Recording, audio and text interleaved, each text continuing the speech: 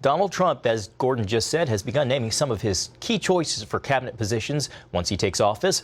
Earlier today, reports came that Trump has asked Kansas Congressman Mike Pompeo to serve as CIA director, Alabama Senator Jeff Sessions as Attorney General, and retired Lieutenant General Michael Flynn as National Security Advisor. And there's a surprise possibility for Secretary of State, a former Republican presidential candidate. Charlene Aaron has more on Trump's top picks. Donald Trump offered Alabama Senator Jeff Sessions the position of Attorney General early today. Sessions had been a strong supporter of Trump throughout the campaign. He's a member of the Senate Judiciary Committee, but some Democrats may oppose his nomination over some of his statements in the past about civil rights. Mitt Romney, the 2012 GOP presidential candidate, is reportedly under consideration for Secretary of State in the Trump administration. The past relationship between the two men has been less than diplomatic. Think of Donald Trump's personal qualities: the bullying, the greed, the showing off, the misogyny, the absurd third-grade theatrics. Mitt Romney's made a total fool of himself. Did you ever see a guy like this? He had his shot.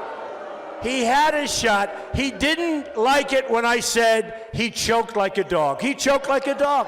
But once Trump won the White House, Romney called him to congratulate him. Romney is one of different names who are said to be under consideration for the position. And Donald Trump is offering former military intelligence chief and retired Army Lieutenant General Michael Flynn the position of National Security Advisor.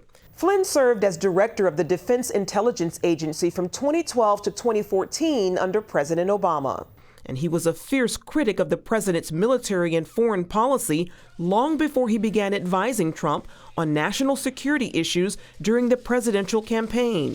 Flynn said on the 700 Club in 2015 that the U.S. had to face the facts of who ISIS really is, a radical Islamic terrorist organization. These are true believers. This is not a criminal organization. This is not a cult. This is an organization that has a deeply held religious belief, and it is apocalyptic. Meanwhile, Vice President-elect Mike Pence asked for prayer Thursday while telling congressional Republicans to buckle up and get ready because the Trump administration was going to move its agenda, and that would mean passing a lot of legislation next year. And Bloomberg News reported that as he ended his comments, Pence said, "Pray for the president, pray for his family, pray for our conference, and pray for the country." Representative Dave Reichert of Washington and the new House Republican Conference Vice Chairman Doug Collins of Georgia, a pastor, then led a prayer. And many people around the country will doubtless also be praying when the new leadership takes office early in 2017. Charlene Aaron, CBS.